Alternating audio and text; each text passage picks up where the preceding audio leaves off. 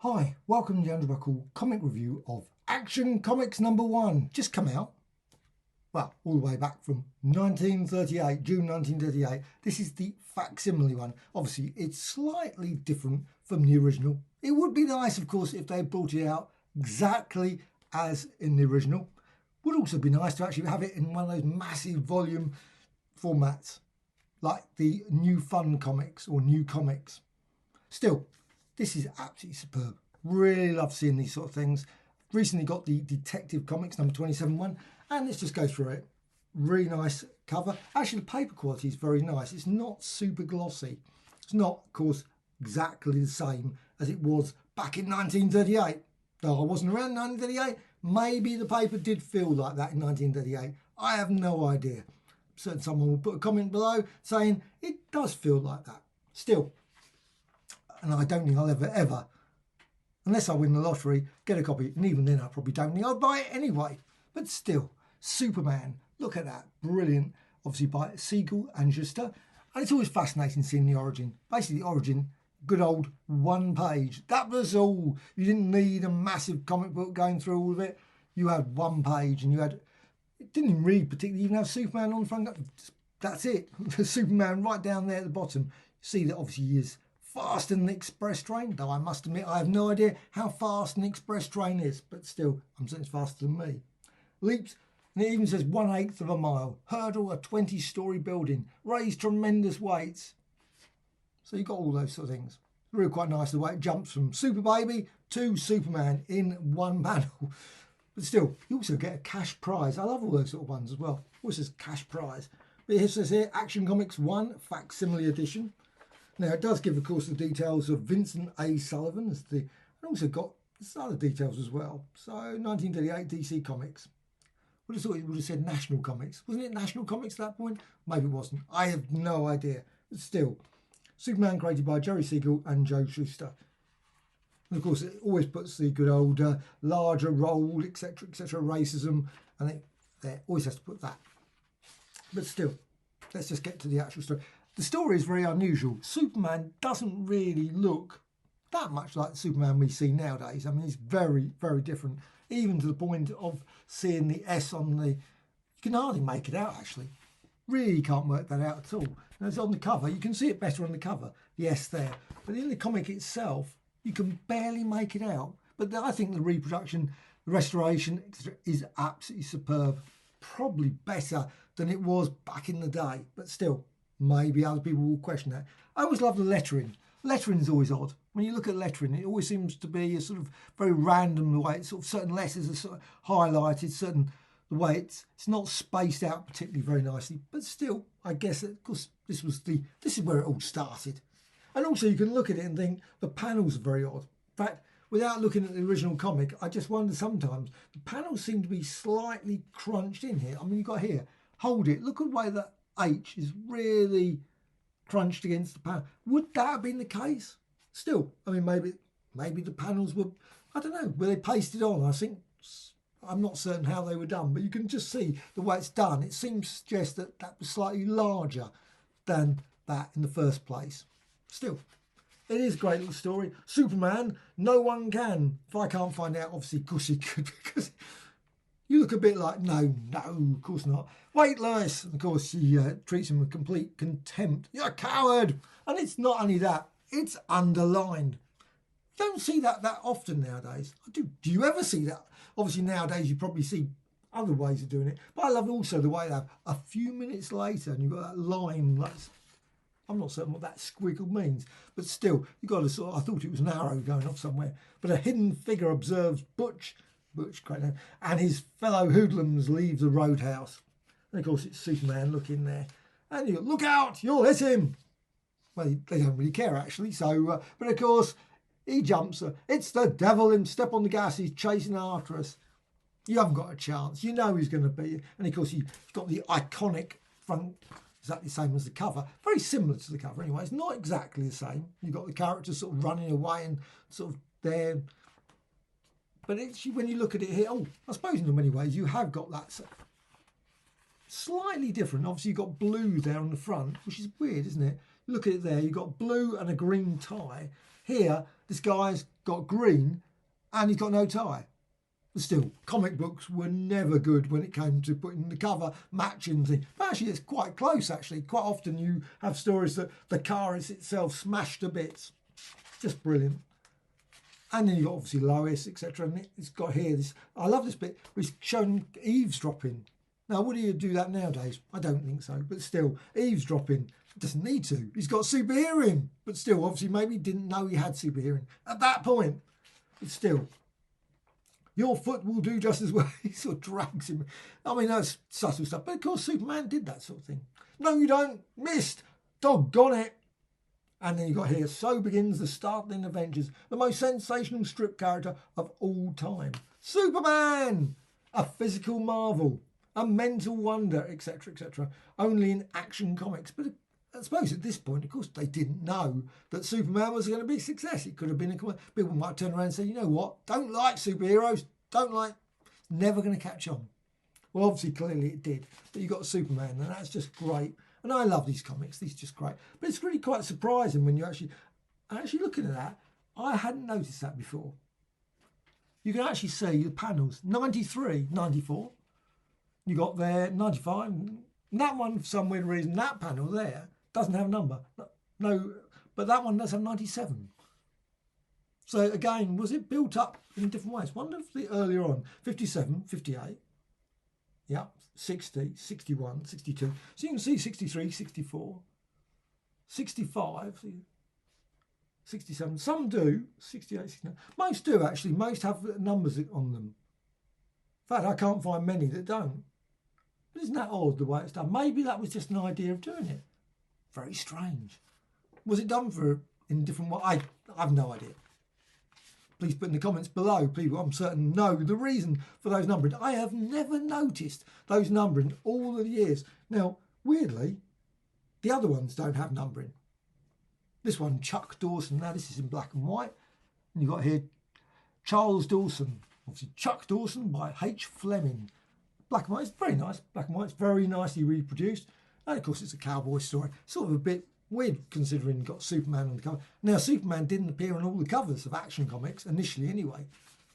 And, of course, some of these characters just faded away. I don't know if Chuck Dawson lasted how long. To be continued. But that was the same as Superman. And Superman wasn't very long.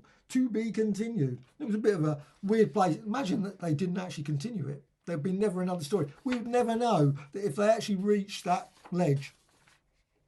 Of course they did. Superman. But this one's quite good. I love this one. Zatara. And I assume, and I don't know, that Zatara, Master Magician, the way it starts, there's no particular origin to this. So you've got a story there, Action Comics, #1, but you've got no sort of particularly details, other than obviously a little bit of a blurb there, dedicated their lives to fighting crime, wiping out the forces of outlawry, whatever. Weird to say. The Tigress, the malicious one. But there's no, I mean, the artwork is actually quite good. And the thing with Zatara is he seems to have sort of powers that he can sort of call upon at any point, and then he forgets that he's got them later on because he's got one here, he flies off and he can float off. But other signs, he doesn't seem to remember that he can do that, which is odd.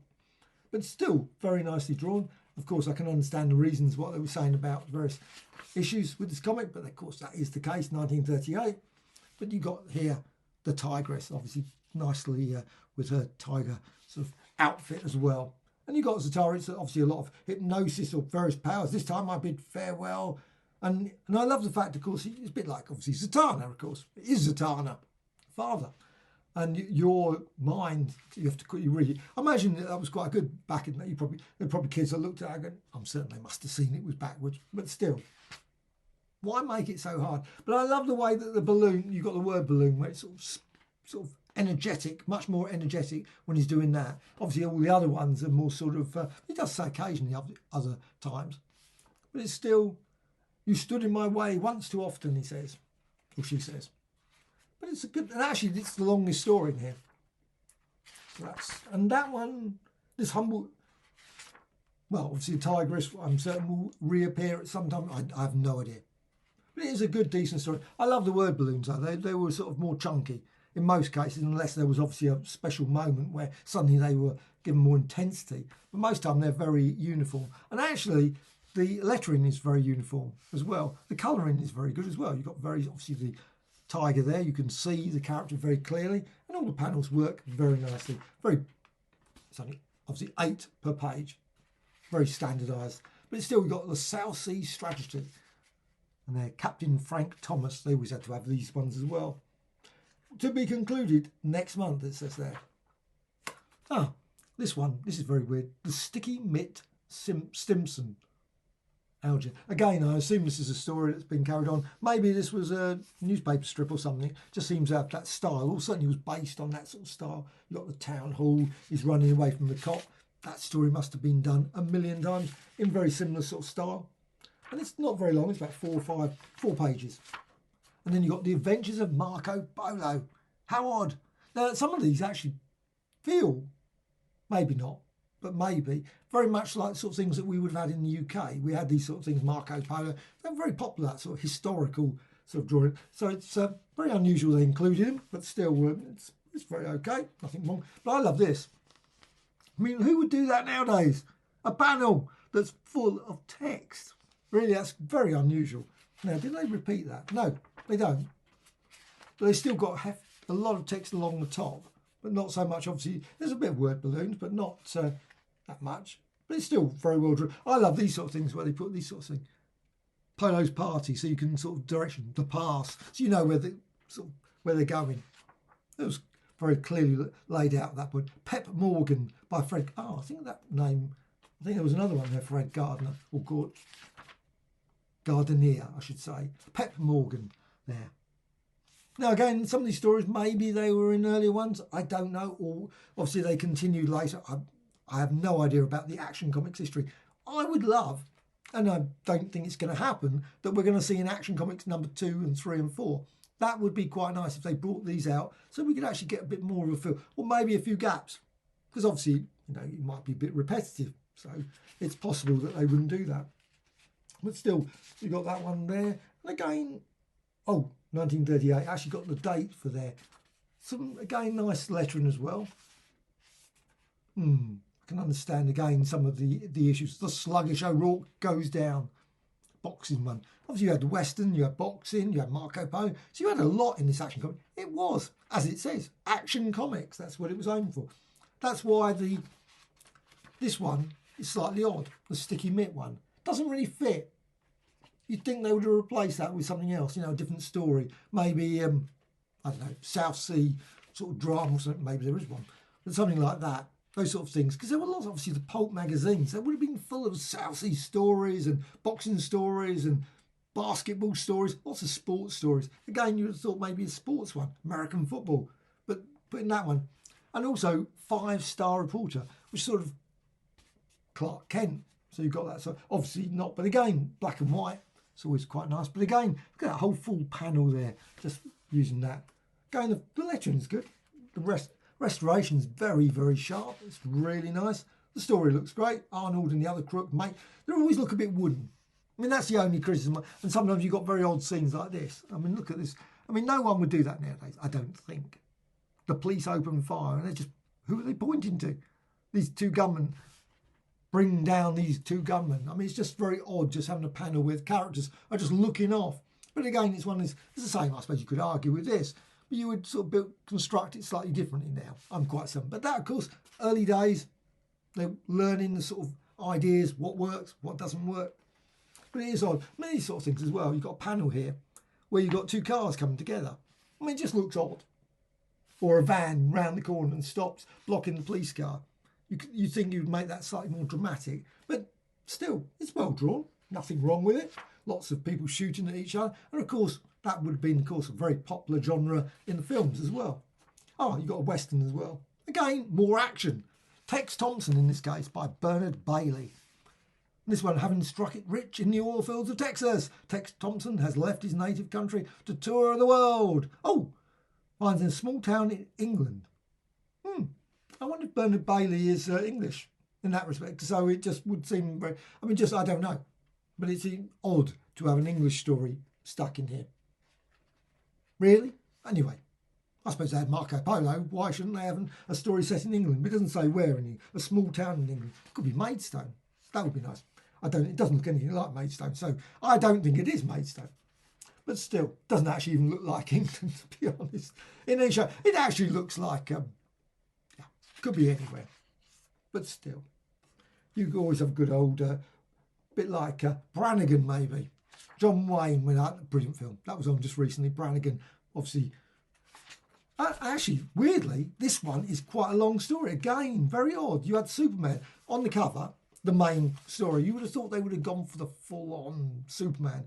Maybe they didn't want to do that. They didn't want to finish it. But it didn't I don't think the story is particularly finished off in the way that, the conventional way back then. They sort of continued on. But this one, you got it's lots of greens there. A very unusual looking guy there. First shot. And then you got all the way through. And this is nice. Stardust, the Stargazer. Again, not really fitting in with sort of... Because I think, and I don't know if that was the case, there was a movie, quite a few movie mags. And again, you would have thought movie comics or something would have been an obvious one. And it's so you got this Constant Bennett. I mean, obviously, really back in the day, silent movies, I would have thought. I don't know, but certainly late 30s, Constant Bennett. Was she still popular at that point? No, Charles Boyer, definitely. But Fred Astaire, obviously. But it's Constant Bennett. I don't know. Maybe. But still, you've also got odds and ends. Again, very odd. You've got movie there, movie one. And then you've got sport, obviously Babe Ruth, which is very strange. And then, I suppose, of course, it fits the game with Action Comics, but you would have thought a sports comic would have been an interesting one title as well.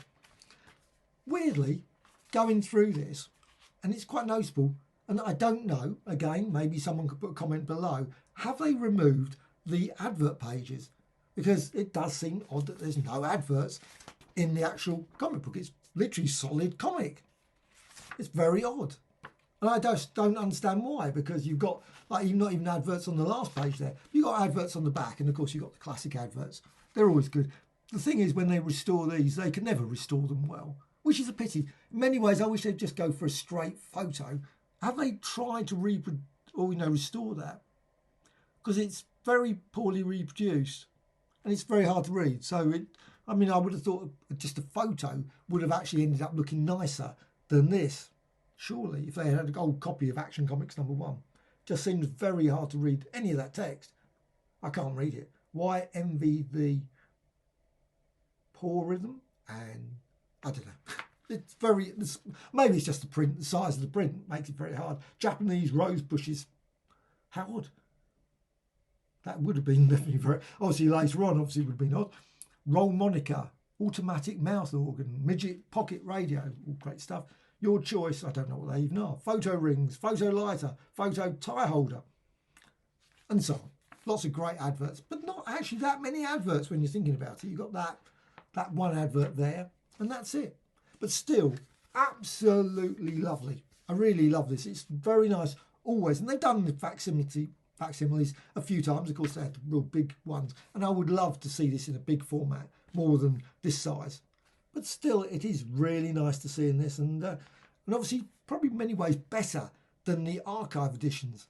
The archive editions have them, but somehow it just feels nicer in an actual sort of style of comic book. Just looks good. And it looks great when you display it as well. You put it up there and think, oh, I've got Action Comics #1. Even though I know I never will. But it's a great reprint, and I hope they continue with lots more. They've got one for Marvel Family. I'm looking forward to that. That's coming out fairly soon. I'm definitely going to get that. Hopefully do JSA. That will be a real nice one. Obviously the usual ones. But I would love for them to do like the Flash comics. Sort of like 60, 70, those sort of issues. Not the early ones, but some of the later ones, maybe the late 40s. It would be nice to see some of those done in facsimiles. Green Lantern comes to mind. The more fun comics, adventure comics, and maybe the ones with the Seven Soldiers. Those sort of things. Would be nice to see them in this format. They often don't get done. They're sort of forgotten about because they're like Robot Man and all those sort of characters. They're not really considered, top stars. But I like them. And it is nice to see these sort of magazines. And I hope they continue to bring out many, many more of these facsimile editions. Totally recommended.